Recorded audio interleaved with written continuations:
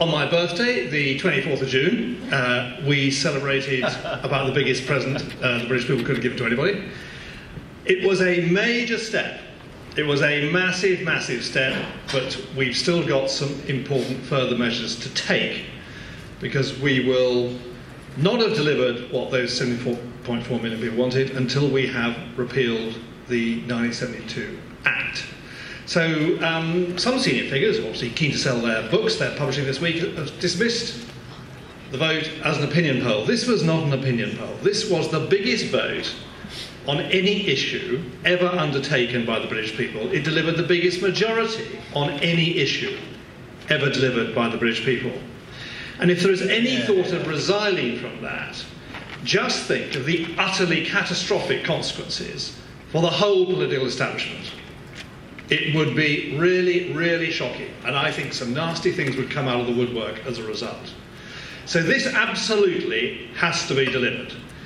And I very strongly believe it should be delivered rapidly, because we have not left until we repeal the 1972 Act. So a group of us, most of us have been in the Cabinet, so me, Ian Duncan-Smith, John Redwood, Peter Lilly, Bob Cash, Bernard Jenkins, and Steve Baker. We've been meeting on a fairly regular basis. And at the end of last week, we published a group of papers on how this should be done. We had a very good session at All Souls, where this was endorsed by some pretty senior people with legal, business and negotiating backgrounds. And we're pretty clear that what we have to do is to pass a fairly simple bill which repeals the 1972 Act, which delivers the requirements of Article 50, which says that any country can leave the EU as long as and to do so, it has to do it in a manner which satisfies its own constitutional requirements. Well, our role is to repeal the Act. I've also been arguing very strongly all along, having with my experience at DEFRA, where I would suggest probably as much as 90% of the activity at DEFRA is actually trying to implement valiantly European regulation, most of which we actually originally voted against, and trying to make it work, and then trying to avoid getting fined by, of course, the European Court. Biggest shock on my first day at DEFRA, opening my red folder or the briefing, was to find that we were sending back £640 million of real money, your money, going back in what the EU describes as a disallowance. I suspect everyone in this room will be called a fine for the manner in which the last Labour government imposed CAP reform to the dissatisfaction of the European authorities and the court. So the two go together. It's not just a question of having laws imposed upon us which we don't like, it's the consequences of us not managing to implement those laws to the satisfaction of the European authorities, and ultimately these issues going to the court, which ultimately have the big cosh, and us sending money back. So £640 million is currently being sent back as we speak, about £30 million a year, and it's your money which could be being spent on improving farming, improving the environment, improving our marine environment, whatever. So I'm very clear that what we had to do was to repeal the Act, but also getting away from all the stuff. We've had senior civil servants getting a lot of airtime on the BBC saying this is massively complicated, and there are huge amounts of detail that have to be gone through. Every nitty-gritty tiny piece of European regulation has to be gone through and renegotiated. It doesn't. The answer is to go back to the General Assembly of Virginia, when it was still a colony in 1776, and they passed a bill which transposed all English and Welsh common law into Virginian law. That was then copied pretty rapidly afterwards, by New York and other colonies.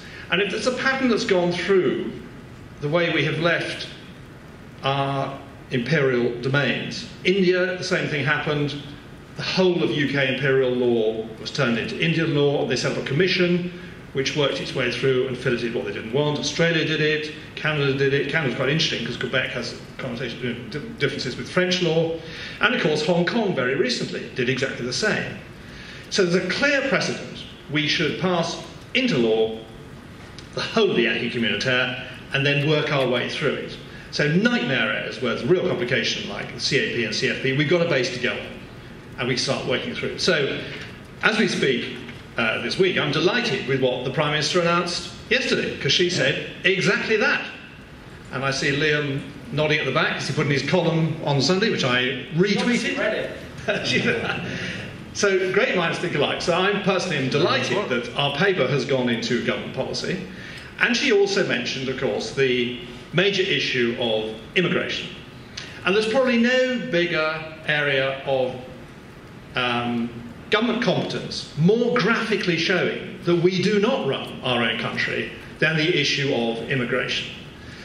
So I'll tell you two contrasting examples. The most angry people I met in my time at DEFRA, by far, were the fruit and vegetable growers who have been deprived of a scheme called the Selective Agricultural Workers Scheme by actually the existing Prime Minister when she was Home Secretary.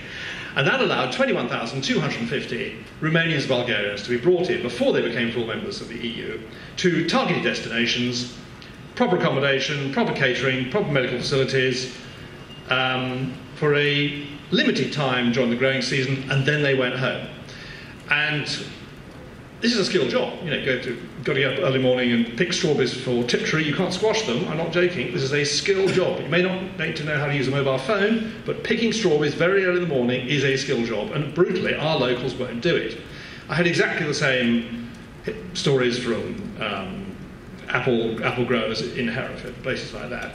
And in my own patch, my constituency, I've got a big abattoir. Actually, at least 60% of the people there are actually mainly from Eastern Europe, quite a lot from Portugal. So the horticultural food processing industries badly need a supply of labour. As a completely other end of the spectrum, I saw an eye surgeon about 6 months ago, and while she was waiting for some drops to work on my eye, she launched the most amazing attack on current immigration policy as full members of the EU. Now, she's actually a Sufi Muslim whose family left the Middle East and went to live in the United Provinces in India about 200 years ago. She's relaxed, don't worry, I'm a Londoner, I was born in Dulwich, she told me. But more importantly, she said, I have to take people who are less well qualified, less experienced, less skilled, and ultimately less safe than brighter, sharper, better experienced, better skilled equivalents I could take from Bangalore, from San Diego, or Hong Kong. So what I'm absolutely clear is that we will have to have a system where we can bring the skilled people in who we don't have sufficient numbers of here. But we also cannot go on, as we are, with unlimited immigration. Because 330,000, I think it was, net last year. I gave a speech on the environment during the referendum campaign, and on the government's own figures, to house those people, if we go on as we are, we will have to build a new house every 6 minutes. That is completely unsustainable. So the issue of immigration is absolutely key, I think. It is the biggest manifestation that we're not running our own show. And it would be the biggest manifestation if we took it back, that we were running our own show to our advantage. We will be able to recruit from the whole world. We won't be short of fruit pickers. We can take whoever we want from all around the world. We won't be short of eye surgeons. We will take the very best, the most skilled. We'll be completely colourblind. We'll ignore all passports. And Ian's done a very good paper in our papers, which we announced this week, showing exactly the way this could go on a work permit system. It's completely manageable. So what the Prime Minister said yesterday, I think, is absolutely tremendous. And we've got to make absolutely clear that it is thoroughly understood by some backward-looking elements in the House of Commons and some even more ludicrous elements in the House of Lords, that it was not an opinion poll on the 23rd of June. It was the British people taking the power that they had been given by Parliament to make a massive decision, and it is now up to Parliament to deliver that decision. Thank you very much.